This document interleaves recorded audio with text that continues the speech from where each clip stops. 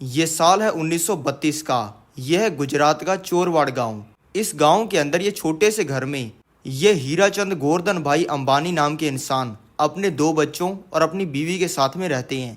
अपनी रोजी रोटी चलाने के लिए ये अपने पास के ही इस स्कूल के अंदर पढ़ाते हैं।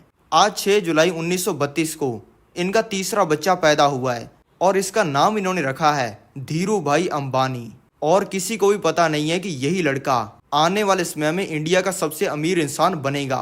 सभी लोग इस बच्चे को धीरू बुलाते हैं। अब धीरू 5 साल का हो चुका है और अब इसकी एज हो चुकी है स्कूल में पढ़ने वाली, और इसीलिए हीराचंद जी धीरू को लेकर अपने गांव के सबसे सस्ते स्कूल बहादुर कांजी स्कूल के अंदर लेके गई हैं और इन्होंने धीरू का एडमिशन यहाँ पे करवा दिया है। अब स्कूल में पढ़ते पढ़ते धीरू भाई अंबानी हो चुके हैं 16 साल के और इनको लीडरशिप करना बहुत पसंद है। ये स्कूल की फीस कम करवाना, फार्मर्स को, औरतों को राइट्स दिलाना, ऐसे प्रोटेस्ट में जाते रहते हैं। ये अच्छा काम तो कर रही हैं, लेकिन इससे घर तो नहीं चलता ना। अब हीराचंद जी के 5 बच्चे हो चुके हैं और ये अपनी स्कूल की सैलरी से घर नहीं चला पा रहे हैं और धीरू भाई अंबानी ये गरीबी की जिंदगी जी जी कर परेशान हो चुके हैं। इसलिए धीरू भाई अंबानी ने स्कूल के अंदर जाकर अपनी टीसी ले ली है, यानी कि वो अपने स्कूल से हट चुकी हैं और ये करके वो अपने घर पे वापस आ चुकी हैं। धीरू भाई अंबानी के पिता को ये चीज पता चल चुकी है और ये चीज सुन के उन्होंने धीरू भाई अंबानी को अच्छे से डांट और मार लगाई है। लेकिन धीरू भाई अंबानी का कहना है कि मैं स्कूल के अंदर नहीं पढ़ूंगा, बल्कि मैं अपना धंधा करूंगा।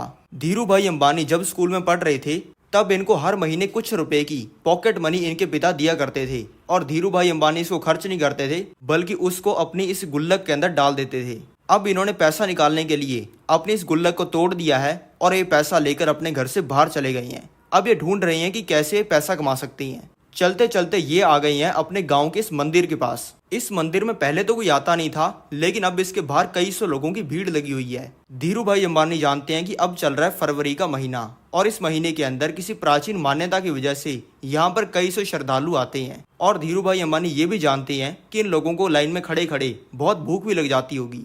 इसलिए धीरू भाई अंबानी ने अपने सारे पैसे से एक ठेला खरीद लिया है और उसको इस मंदिर के पास में लगा लिया है। अब इनको ठेला लगाकर पकौड़े बेचते हुए 10 दिन हो गई हैं और इससे इन्होंने अच्छा मुनाफा कमाना स्टार्ट कर दिया है। आज सुबह इनके पास में ये इंसान आ चुका है जो कि इनके पापा का दोस्त है। इस इंसान का धीरू भाई अंबानी को कहना है कि बेटा, तुम्हारे पापा टीचर हैं, ये क्या छोटा काम कर रहे हो। धीरू भाई अंबानी ने जवाब दिया, धंधा कोई भी छोटा नहीं होता।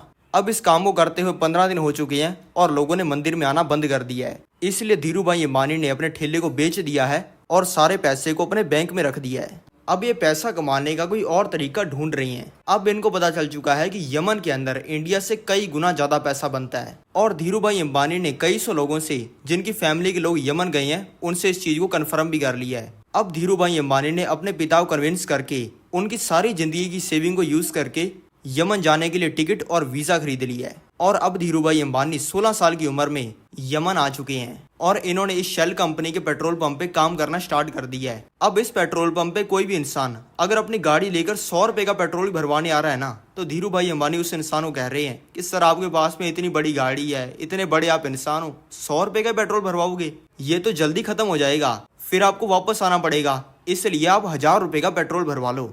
इसलिए इन्होंने इस पेट्रोल पंप का प्रॉफिट कई गुना बढ़ा दिया है और इस चीज से खुश होके पेट्रोल पंप के मालिक ने इनको पेट्रोल पंप का मैनेजर बना दिया है।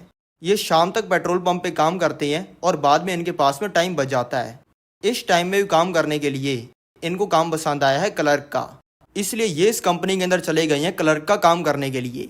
इंटरव्यूअर ने धीरू भाई अंबानी से कहा कि तुम तो 16 साल की हो, तुम क्या काम करोगे। धीरू भाई अंबानी ने कहा कि 16 साल का हूँ, लेकिन अकल मुझे 60 साल के लोगों से भी ज़्यादा है। इंटरव्यूअर ने पूछा कि तुम्हारे पास में तो डिग्री भी नहीं है।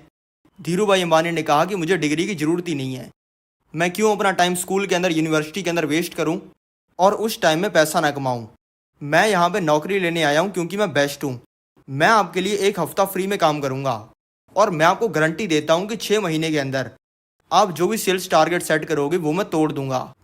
मैं यहाँ पे पैसा कमाने आया हूँ, आप मुझे नौकरी दो, मैं खुद अमीर बनूंगा, आपको अमीर बनाऊंगा और हम दोनों मजे करेंगे। ये कहने पर तुरंत ही धीरू भाई अंबानी को क्लर्क की जॉब भी मिल गई और इन्होंने एक दिन में 2 जॉब्स करनी स्टार्ट कर दी। अब दोस्तों, काम करते हुए चाय पीने की भी जरूरत पड़ती है। धीरू भाई अंबानी के पास में 2 ऑप्शन है, या तो वो ठेले पर 10 पैसे की चाय पिए या फिर 5 स्टार होटल में जाकर 1 रुपए की चाय पिए। धीरू भाई अंबानी रोज 1 रुपया खर्च करके 5 स्टार होटल के अंदर चाय पीते हैं, ये सुनने के लिए कि वहाँ पे अमीर लोग काम क्या करते हैं। आज भी सेम ही दिन है, आज भी ये उसी 5 स्टार होटल में बैठकर 1 रुपए की चाय पी रहे हैं। इनके साइड में बैठे ये दो लोग बात कर रहे हैं कि यार जो हमारी यमन कंट्री के अंदर ये चांदी का रियाल सिक्का चलता है, इसमें जो चांदी होती है वो इस सिक्के से भी महंगी होती है। ये 100 रुपए के सिक्के में 110 रुपए की चांदी है। कोई इसको पिघलाने लग जाए तो उसको मजा आ जाए। ये दो लोग तो इस चीज के बारे में मजाक में बात कर रहे थे, लेकिन धीरू भाई अंबानी ने इस चीज को सीरियस ले लिया है और अपनी सारी यमन की कमाई से चीजों को पिघलाने के लिए ये मशीन खरीद ली है और इससे धड़ाधड़ सिक्कों को पिघलाकर उनको चांदी में कन्वर्ट करना स्टार्ट कर दिया है और इस चांदी को सुनारों को बेचना स्टार्ट कर दिया है। और देखते देखते इन्होंने यमन के लाखों सिक्के पिघला दिए हैं, क्योंकि लाख रुपए के सिक्के पिघलाने पर 10,000 रुपए का प्रॉफिट होता है। लेकिन वहीं पे दूसरी तरफ यमन की सरकार ये सोचकर परेशान हो गई है कि हमारे सारे सिक्के कहां पर गए। इन्होंने ये जानने के लिए इन्वेस्टिगेशन करनी स्टार्ट कर दी है और कई महीनों की इन्वेस्टिगेशन के बाद में इनको पता चला है कि लड़का ये काम कर रहा है, क्योंकि तब तक धीरू भाई अंबानी की उम्र 18 साल की हो चुकी थी। इसलिए जब धीरू भाई अंबानी के अड्डे पर पुलिस इन्हें पकड़ने के लिए पहुंची, तब उन्हें पता चला कि ये लड़का तो यहाँ से फरार हो चुका है और अब धीरू भाई अंबानी सारे पैसे को लेकर इंडिया आ चुके हैं। अब धीरू भाई अंबानी 26 साल की उम्र में यमन से फ्लाइट पकड़कर आ चुके हैं मुंबई के अंदर और यहाँ से गुजरात जाने वाली लोकल ट्रेन के डब्बे में बैठकर आ चुके हैं अपने गुजरात के चोरवाड़ गांव में वापस। इनका स्वागत करने के लिए इनकी पूरी फैमिली और गांव के कई सौ लोग आए हैं और इनके स्वागत के लिए ढोल बजाए जा रहे हैं और इनको मालाएं पहनाई जा रही हैं। इसी शोर शराबे के बीच धीरू भाई अंबानी के पिता आ गए हैं और इन्होंने सारा ढोल ढमक्का बंद करवा दिया है। और इनके पिता पूछ रहे हैं कि तू यमन से इंडिया आ गया, बहुत बढ़िया बात है, लेकिन कहीं तू वहां की नौकरी तो नहीं छोड़ आया। धीरू भाई अंबानी ने कहा कि मैं नौकरी छोड़ आया हूँ। ये सुनते ही भीड़ में खड़े सभी लोगों के चेहरे उतर गए और इनके पिता ने इनके थप्पड़ मारा। फिर धीरू भाई अंबानी उठे और धीरू भाई अंबानी ने कहा कि अगर मैं यमन में नौकरी करके अपनी जिंदगी बदल सकता हूँ तो मैं भारत के अंदर अपना धंधा करके भी आप सभी लोगों की जिंदगी बदल सकता हूँ और ये चीज मैं करूंगा, इसकी मैं गारंटी देता हूँ। इनके दोस्तों और रिश्तेदारों ने इनको कहा कि तू धंधा करके महीने के 12 रुपए नहीं कमा पाएगा। ये सुन के सभी लोग चले गए अपने अपने घर पे। अब धीरू भाई अंबानी ने गांव के अंदर रहना स्टार्ट कर दिया है। गांव के अंदर इनकी एक गर्लफ्रेंड कोकिला बहन भी रहती है। ये 18 साल से इनकी गर्लफ्रेंड है और अभी 28 साल की हो चुकी हैं। ये बेचारी पिछले 10 सालों से कुंवारी बैठी हैं और इन्होंने पिछले 10 सालों में किसी और लड़के के साथ में बात तक नहीं की। धीरू भाई अंबानी ने अपने अच्छे पल इनके साथ में बिताने स्टार्ट कर दिए हैं और आज इनका 5वां दिन है गांव के अंदर रहते हुए। आज सुबह भी ये अपनी गर्लफ्रेंड कोकिला बहन के साथ में हैं। धीरू भाई अंबानी ने कहा कि मैं जा रहा हूँ मुंबई धंधा करने। कोकिला बहन ने कहा कि क्या तुम मुझे पहले की तरह ही छोड़कर चले जाओगी। धीरू भाई अंबानी ने कहा नहीं। धीरू भाई अंबानी ने दोपहर के अंदर कोकिला बहन से शादी कर ली है और अब ये शाम को दोनों सभी लोगों को विदा कहकर चले गए हैं मुंबई। धीरू भाई अंबानी को क्लियर है कि उन्हें कपड़ा बेचने का व्यापार करना है, यानी कि सस्ते दाम पर कपड़े को खरीदेंगे, उससे चीजें बनाएंगे और उसको महंगे दाम पे बेचेंगे।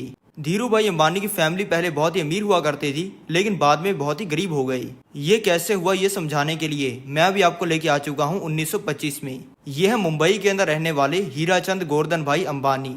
ये करोड़पति बिजनेसमैन है। इनको 19 साल की उम्र में इनको मुंबई के एक बहुत ही अमीर घराने की लड़की ये जिम्ना बेन से प्यार हो गया है और 20 साल की उम्र में इनकी जिम्ना बेन के साथ में शादी हो गई है। लेकिन इसके 1 साल बाद कुछ ऐसा हुआ जिससे धीरू भाई अंबानी के पिता का बिजनेस बर्बाद हो गया और इन दोनों को गुजरात के चोरवाड़ में जाकर बसना पड़ा। यानी कि धीरू भाई अंबानी के भले माता और पिता गरीब हैं, लेकिन इन दोनों के ही रिश्तेदार बहुत ही अमीर हैं और मुंबई के अंदर रहते हैं। अगर कपड़े का व्यापार करना है तो उसके लिए पैसा भी तो चाहिए, लेकिन धीरू भाई अंबानी के पास में पैसा नहीं है। इसलिए इन्होंने अपनी मम्मी के साइड से कजिन चंपक लाल दमानी के साथ में पार्टनरशिप करके बिजनेस करने का प्लान बनाया है। सबसे पहले जरूरी है सिंथेटिक कपड़े को खरीदना और ये कपड़ा बिकता है इस फैक्ट्री के अंदर।